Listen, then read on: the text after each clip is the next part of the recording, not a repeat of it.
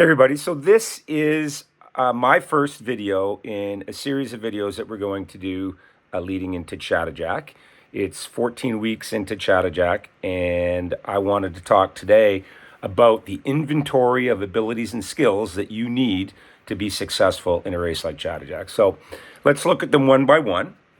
Obviously, Chattajack is a long race, so the first ability that you need is good endurance. And that is something that is best developed by day-to-day training, consistency in your day-to-day training.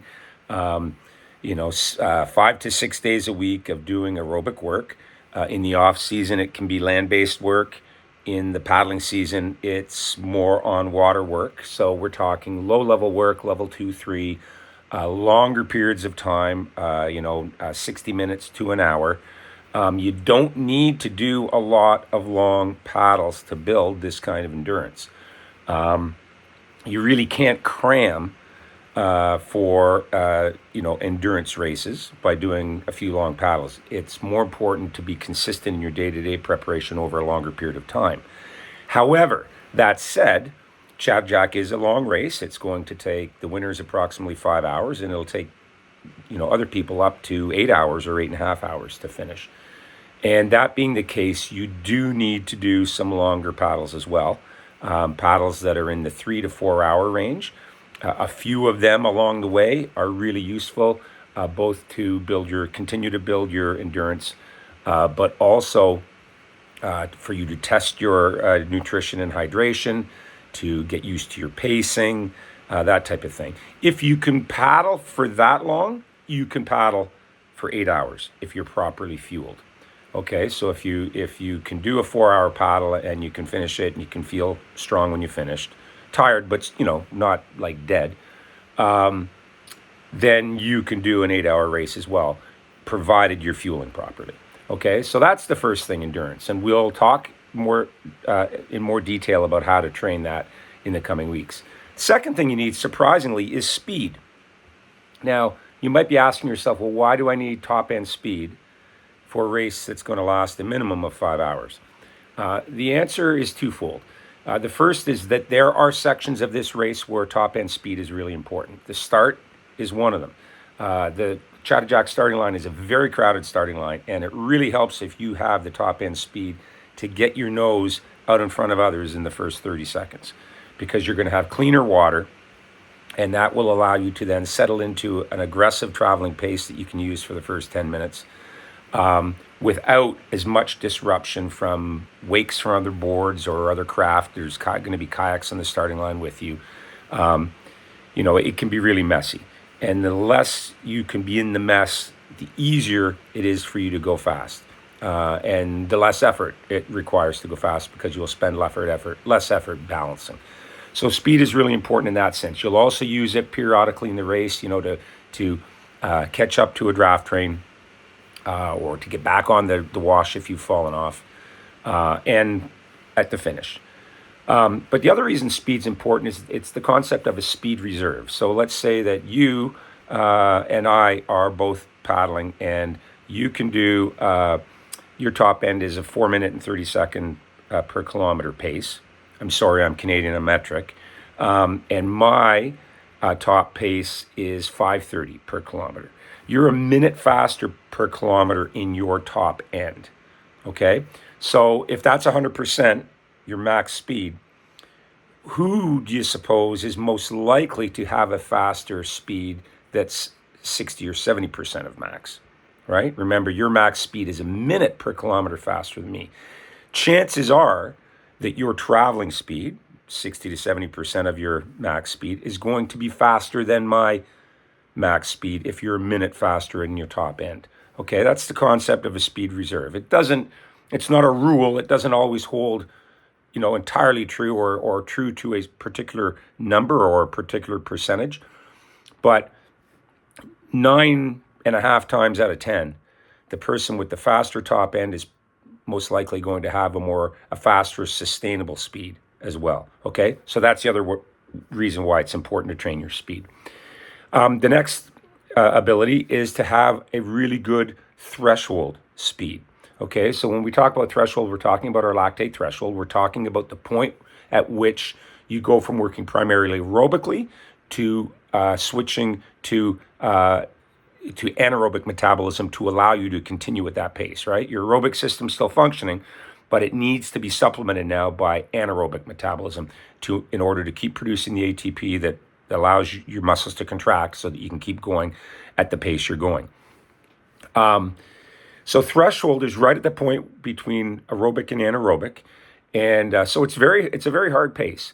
And it's, if it's right at the margin, you're starting to produce a little bit more lactate than you do when you're going a level 2 or something. You should be able to travel at that pace aggressively, paddling aggressively, for 10 minutes at a time if you want to be successful at Chattajack. And the only way you develop the ability to do that is by training at your threshold.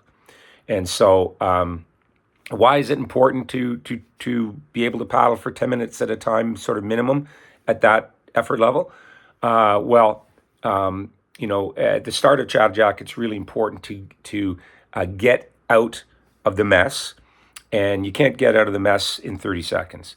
That just gets you into a situation where you can then rely on your threshold paddling and sustain a good pace for 10 to 12 minutes to actually get out of the mess. You're trying to filter out the paddlers that are slower than you, and the paddlers that are faster than you will get ahead of you a little bit. And you'll end up in a group of your peers, people who are approximately the same speed as you. And it's important that you get with them, because those are the people that are most likely going to be the ones that you're going to be able to draft with during the race. And drafting is really important. We'll talk about that in a second. But the other thing you want to think about is if you let people who are basically your peers, the people that are basically the same speed as you, if you're not prepared to go hard for the first 10 minutes, and they are, and they get ahead of you, how do you catch up to them? How do you catch up to somebody who's substantially ahead of you that is the same speed as you, right? You're moving the same speed. You can't catch them unless you then are in a situation where you're hoping something catastrophic happens to them and they start to slow down. That's the only way you'll catch them. So being able to paddle at threshold for, sort of 10 minutes really hard, really aggressively is important at the start of the race. It's also going to be important if you're in a draft train, because that's what you're going to do when you're taking your leads. Okay, so and that's a great way to chew up distance. Being in a draft train and doing 10-minute leads and then falling back into the train and riding on the wash and conserving and then going and leading again. You really do eat up distance quickly that way. So threshold ability is really important too. So you have to build that into your training. Then there's some skills that aren't really like fitness abilities like we've just talked about, but more skills. And the first is being able to paddle in messy water. I've alluded to that earlier when I talked about the start and all of the mess. If you can't paddle with a good connection, and weight on your blade, with a good rhythm, without having to stop to brace all the time when you're in messy water, you're going to have a problem.